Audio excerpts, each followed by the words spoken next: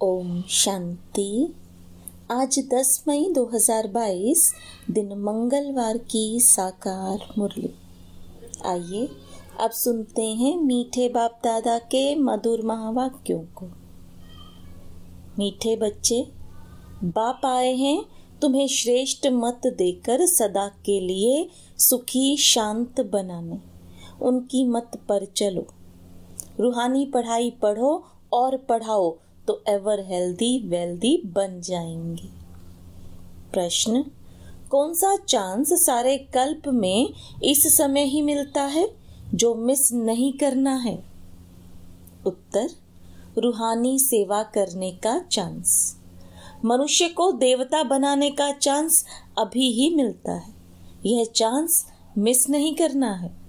रूहानी सर्विस में लग जाना है, सर्विसेबल बनना है। खास कुमारियों को ईश्वरीय गवर्नमेंट की सेवा करनी है। मम्मा को पूरा पूरा फॉलो करना है। अगर कुमारियां बाप का बनकर जिस्मानी सर्विस ही करती रहें, कांटों को फूल बनाने की सर्विस नहीं करें, तो यह भी जैसे बाप का डिसरिगार्ड है। गीत जाग सजनिया जाग। ओम शांति। सजनियों को किसने समझाया? कहते हैं साजन आया सजनियों के लिए। कितनी सजनियां हैं? एक साजन को इतनी सजनियां, वंडर है ना। मनुष्य तो कहते हैं कृष्ण को 16,108 सजनियां थी, परंतु नहीं, शिव बाबा कहते हैं मुझे तो करोड़ों सजनियां हैं। सब सजनियों को मैं अपने साथ स्वीट होम ले जाऊंगा। सजनियां भी समझती हैं हमको फिर से बाबा ले जाने आए हैं। जीवात्मा सजनी ठहरी, दिल में है साजन आया है हमको श्रीमत दे श्रृंगार कराने के लिए।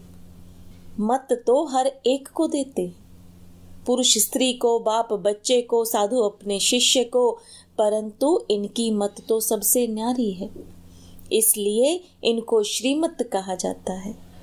और सब है मनुष्य मत। वह सब मत देते हैं अपने शरीर निर्वाह के लिए। साधु संत आदि सबको तात लगी हुई है शरीर निर्वाह की। सभी एक दो को धनवान बनने की मत देते रहते हैं। सबसे अच्छी मत साधुओं गुरुओं की मानी जाती है, परंतु वह भी अपने पेट के लिए कितना धन इकट्ठा करते हैं। मुझे तो अपना शरीर नहीं है, मैं अपने पेट के लिए कुछ नहीं करता हूँ। तुमको भी अपने पेट का ही काम है कि हम महाराजा महारानी बने। सबको तात है पेट की। फिर कोई ज्वार की रोटी खाते तो कोई अशोका होटल में खाते। साधु लोग धन इकट्ठा कर बड़े मंदिर आदि बनाते हैं। शिव बाबा शरीर निर्वाह अर्थ तो कुछ करते नहीं हैं। तुमको सब कुछ देते हैं सदा सुखी बनाने के लिए। तुम एवर हेल्दी वेल्दी बनेंगे। मैं तो एवर हेल्दी बनने का पुरुषार्थ नहीं करता हूँ।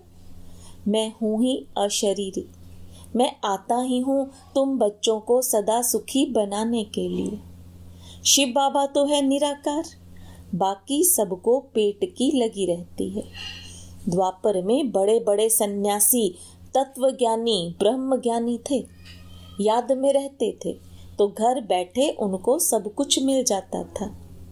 पेट तो सबको है, सबको भोजन चाहिए, परंतु योग में रहते हैं, इसलिए उनको धक्का नहीं खाना पड़ता है।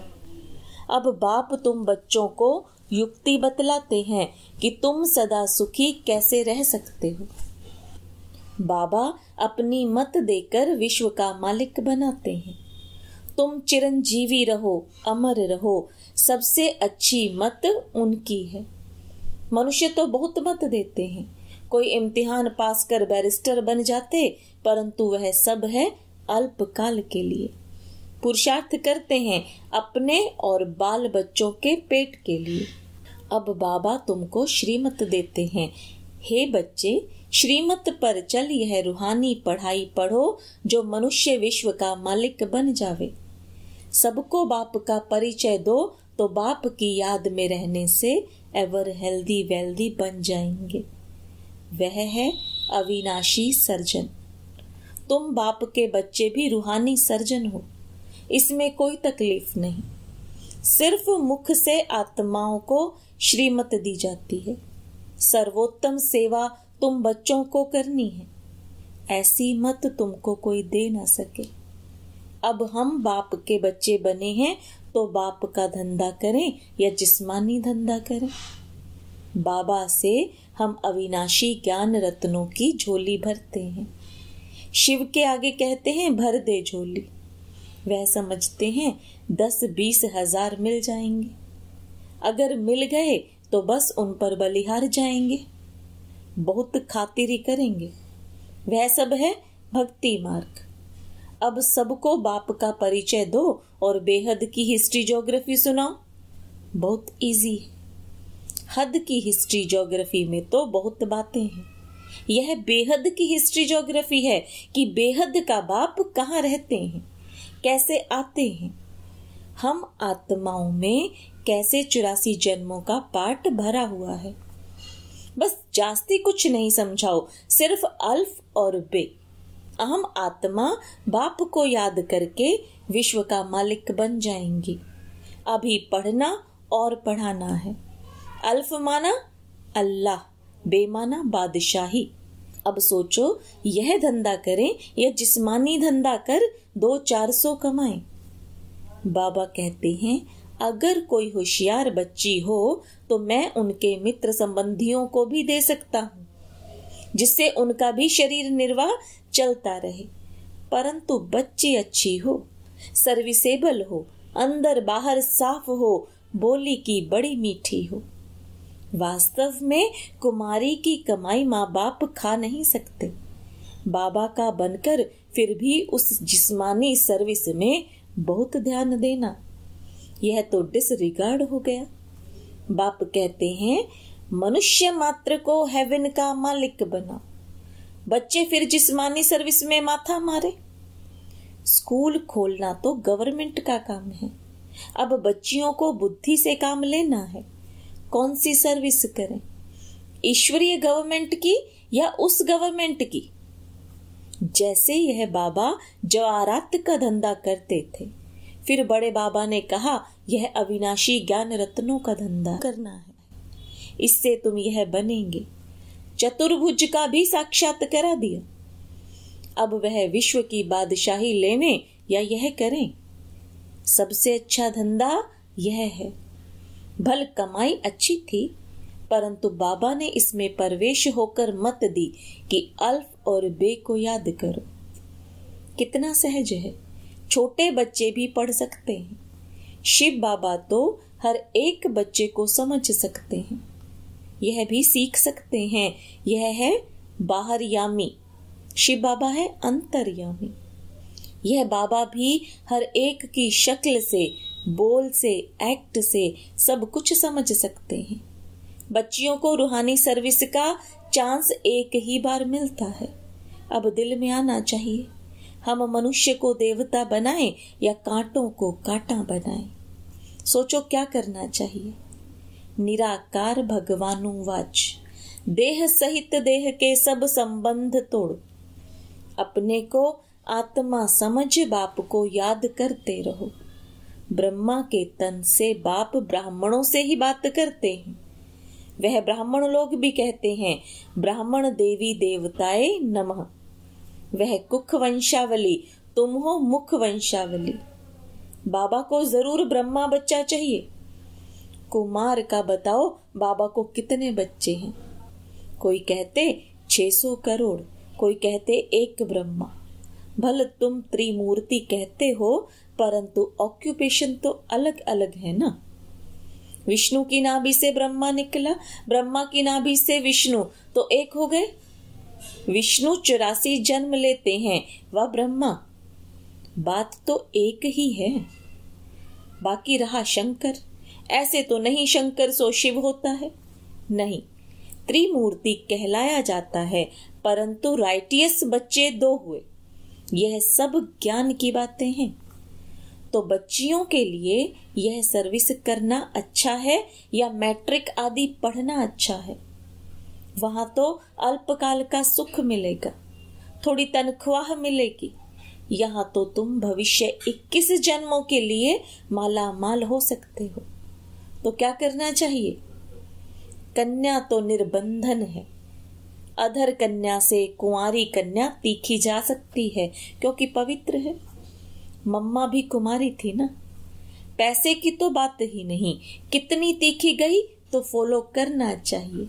खास कन्याओं को कांटों को फूल बनाएं, ईश्वरीय पढ़ाई का चांस लें, यह उस पढ़ाई का। कन्याओं का सेमिनार करना चाहिए। माताओं को तो पति आदि याद पड़ता है, सन्यासियों को भी याद बहुत पड़ता रहता है। कन्याओं को तो सीढ़ी चढ़नी नहीं चाहिए। संग का रंग बहुत लग जाता है। कोई बड़े आदमी का बच्चा देखा, दिल लग गई, शादी हो गई, खेल खत्म।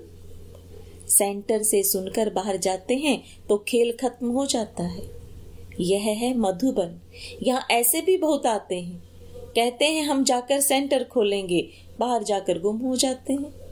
यहाँ ज्ञान का गर्भ धारण करते हैं, बाहर जाने से नशा गुम हो जाता है। माया ऑपोजिशन बहुत करती है। माया भी कहती है वाह, इसने बाबा को भी पहचाना है, फिर भी बाबा को याद नहीं करते तो हम भी घूंसा मारेंगी। ऐसे नहीं कहो कि बाबा आप माया से कहो हमको घूंसा ना मारे।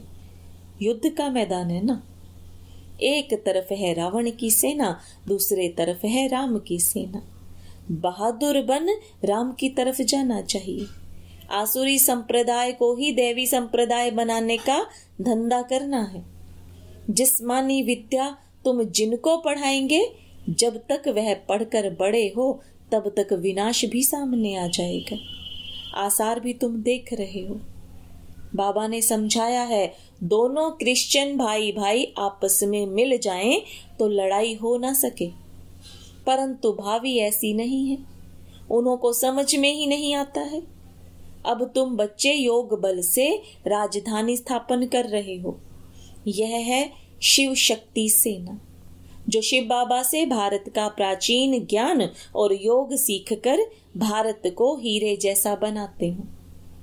बाप कल्प के बाद ही आकर पतितों को पावन बनाते हैं। तुम सब रावण की जेल में हो, शोक वाटिका में हो, सब दुखी हो।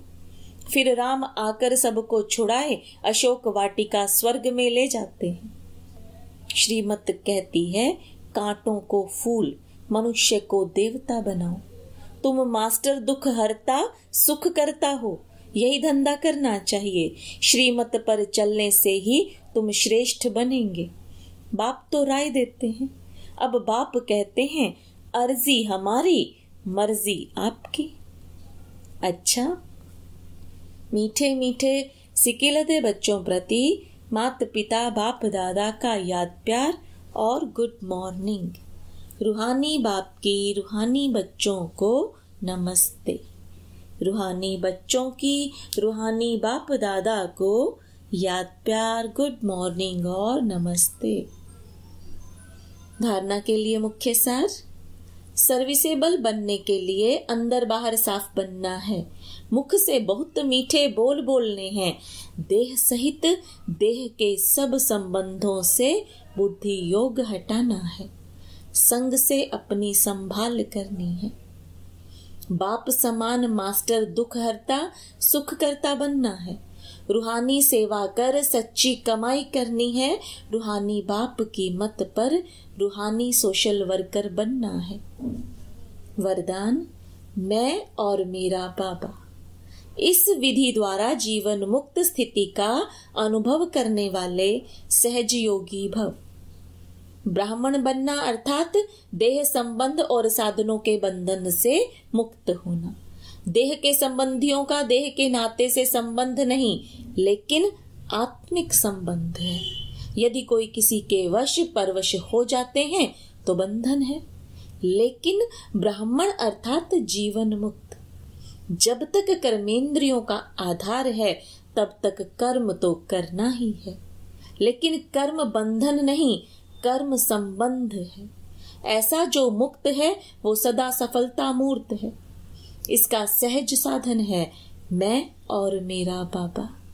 यही याद सहज योगी सफलता मूर्त और बंधन मुक्त बना देती है।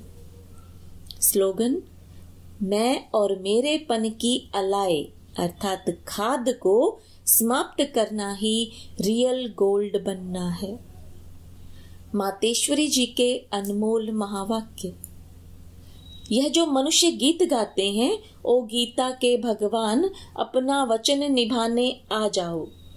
अब वो स्वयं गीता का भगवान अपना कल्प पहले वाला वचन पालन करने के लिए आए हैं और कहते हैं, हे बच्चे, जब भारत पर अति धर्म ग्लानि होती है तब मैं इसी समय अपना अंजाम पालन करने अर्थात वायदा निभाने के लिए अवश्य आता हूँ। अब मेरे आने का यह मतलब नहीं कि मैं कोई युगे युगे आता हूँ। सभी युगों में तो कोई धर्म ग्लानि नहीं होती। धर्म ग्लानि होती ही है कलयुग में। तो परमात्मा कलयुग के अंत समय में आता है और कलयुग फिर कल्प कल्प आता है। तो जरूर वह कल्प कल्प आता है। कल्प में फिर 4 युग हैं, उसको ही कल्प कहते हैं। आधा कल्प सतयुग त्रेता में सतो गुण सतो प्रधान है, वहां परमात्मा के आने की कोई जरूरत नहीं। और द्वापर युग से तो फिर दूसरे धर्मों की शुरुआत है। उस समय भी अति धर्म ग्लानि नहीं है। इससे सिद्ध है कि परमात्मा तीनों युगों में तो आता ही नहीं। बाकी रहा कलयुग, उसके अंत में अति धर्म ग्लानि होती है। उसी समय परमात्मा आए अधर्म विनाश कर सत्य धर्म की स्थापना करते हैं। अगर द्वापर में आया होता तो फिर द्वापर के बाद सतयुग होना चाहिए, फिर कलयुग क्यों? ऐसे तो नहीं कहेंगे परमात्मा ने घोर कलयुग की स्थापना की। अब यह तो बात नहीं हो सकती, इसलिए परमात्मा कहते हैं, मैं एक हूँ और एक ही बार आए अधर्म अथवा कलयुग का विनाश कर सतयुग की स्थापना करता हूँ। तो मेरे आने का समय संगम युग है। अच्छा, ओम शांति।